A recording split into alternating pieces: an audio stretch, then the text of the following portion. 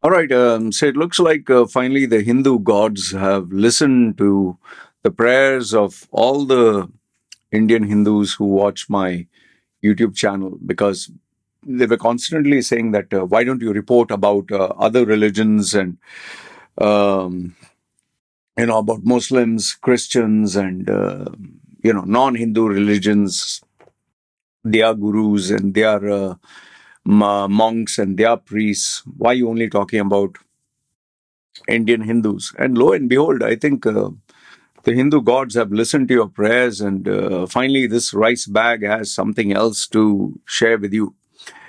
Not nothing to be very happy about, but at least my critics now will be at peace to know that, yeah, yes, Loy finally reported something. But then you'll also have, why you only reporting one story? Why not more stories? So give me more stories like this and I'll report. So here we have a Jain monk, Shantisagar. Shantisagar.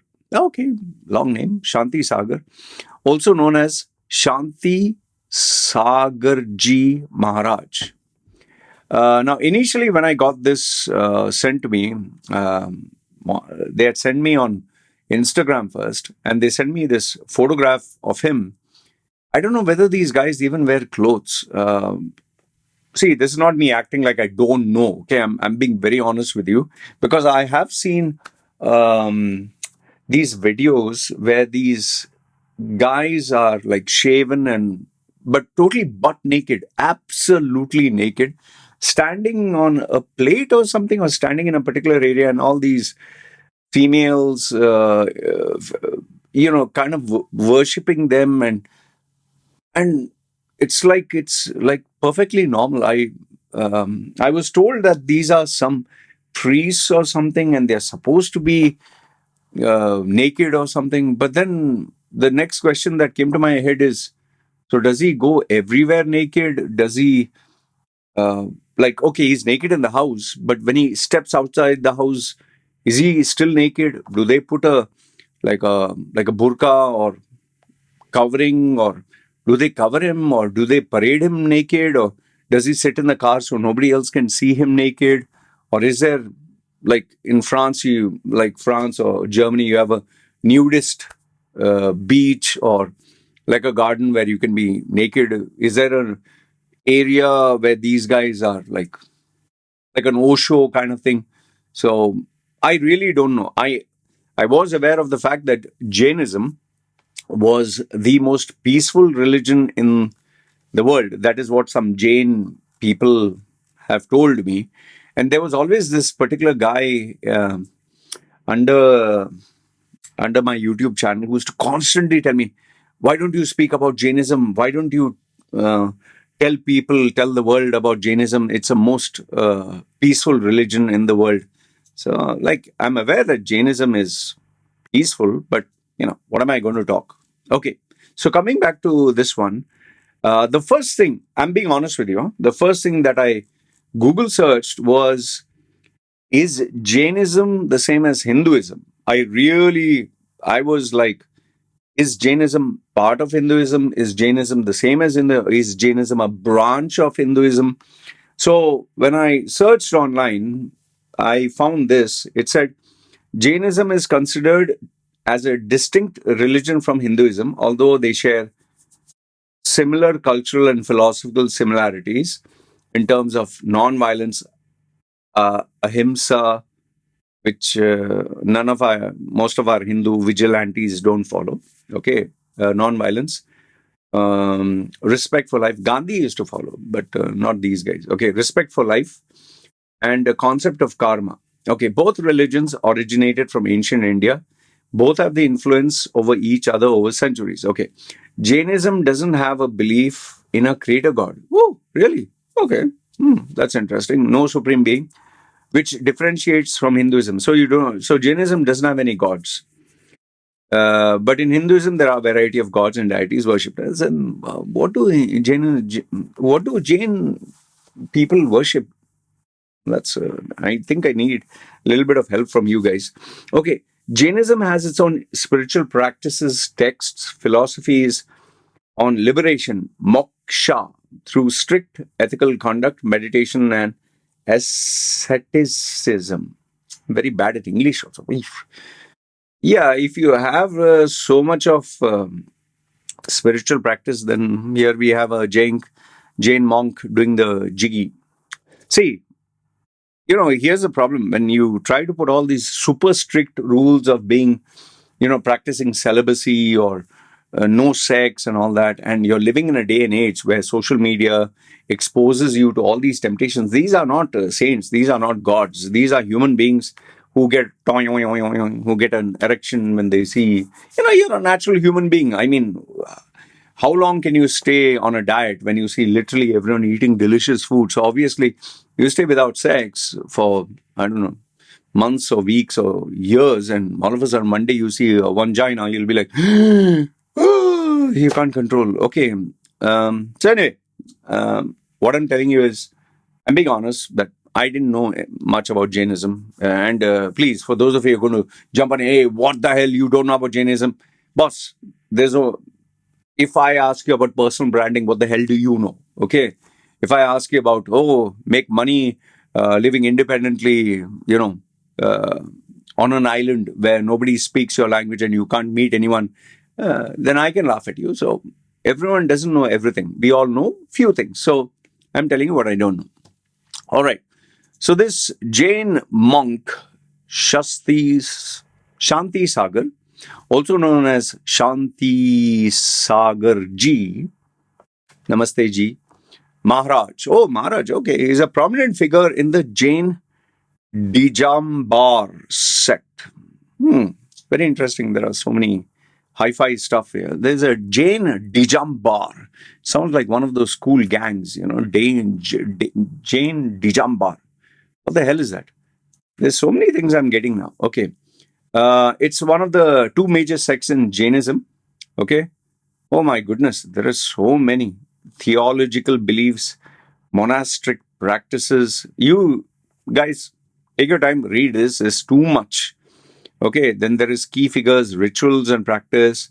Okay. There's too much. I'm not going to read all this. So just do your Google search and find the Dijambar sect. It's kind of cool name. Okay. So, it's a very long read. Okay. So he belonged to this sect. He gained public attention due to his conviction of a highly disturbing criminal case. Shantisagar was found guilty of raping a 19-year-old woman in 2017. If you read the New Indian Express, they give kind of explicit details, which is kind of seriously dark. It's one of those like you write one of those graphic novels where they describe in detail how he did it. Not how he did it, but it's pretty dark. He really took advantage of this girl when she was in college. He was 49, she was 19, and he really kind of blackmailed her emotionally for her to give herself to him. So I don't want to get into all that. It's really dark and it's not good. Okay. Raping a 19-year-old woman, an act he committed while posing as a religious leader performing tantric, all these hocus pocus, bogus, names that they give for religious ooga booga. Okay. At the Jain Hermitage in Surat, Gujarat. Oh, Narendra Modi ji's hometown. Yippee. Okay.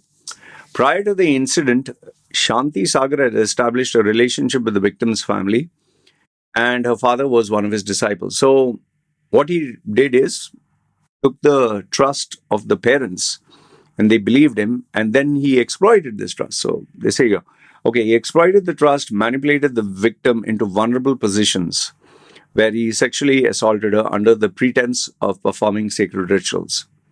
The guy was definitely frustrated. The guy could not control his temptations. It was dark and it was not good because here you're talking of a young woman.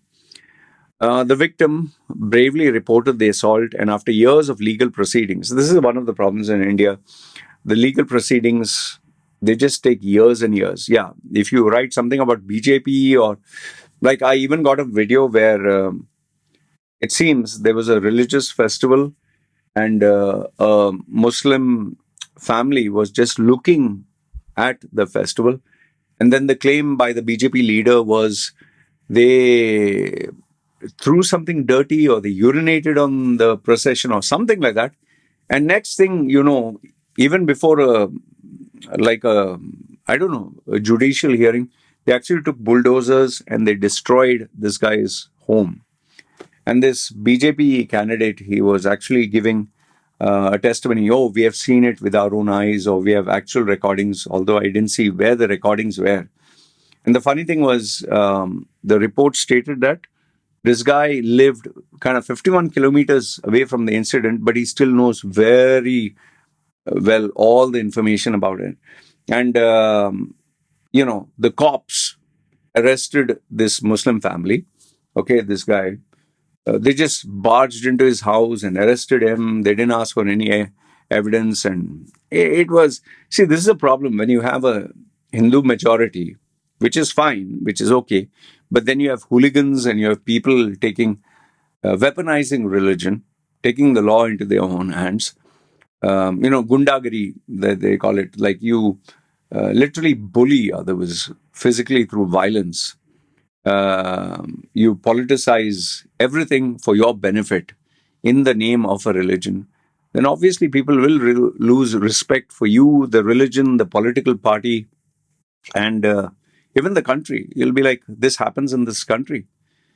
So anyway, so legal proceedings took years and years. He was finally convicted and sentenced to 10 years in prison in 2025. He was convicted now, but he was kept in jail all these years. Very good. Hope he was rotting there.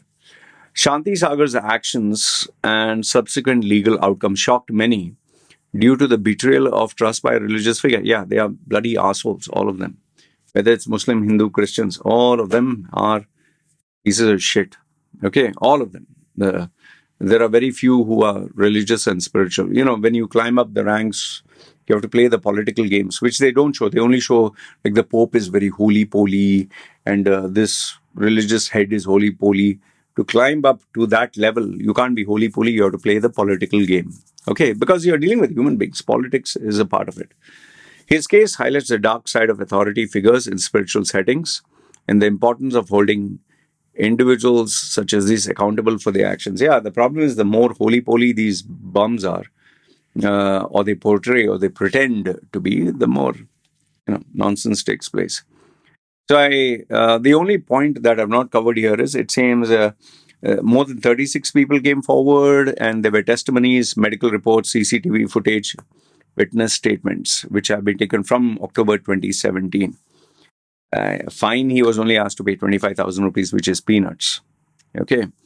And the court acknowledged the emotional toll on the victim who bravely pursued justice despite ongoing challenges. Only sad thing is there are only 2.5 more years and he'll be released on October 2027.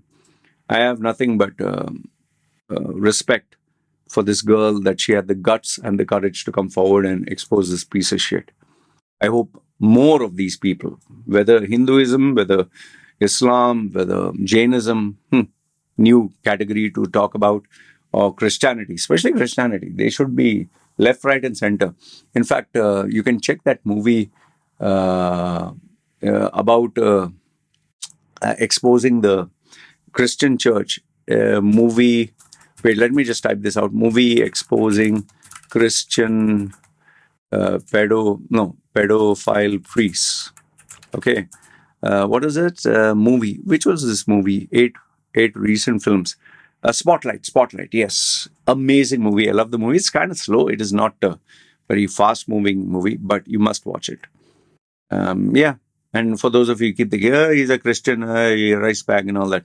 Hell with all the religions who take advantage of children, innocent women, and men or families. Okay. So, good, bad, ugly, let me know your thoughts. And I appreciate you guys sending me these updates because, one man can only do so much. And I don't have a research team and all that. So, you guys fill me in with all such individuals. And if it's a breaking news, I definitely will share it. Okay. All right. So, good, bad, ugly, feel free, comment down below. This is me signing off. And very happy that this piece of shit is behind bars. He deserves all the ooga booga that can go on in the jails. All right. You guys take care. This is me signing off. Yalla.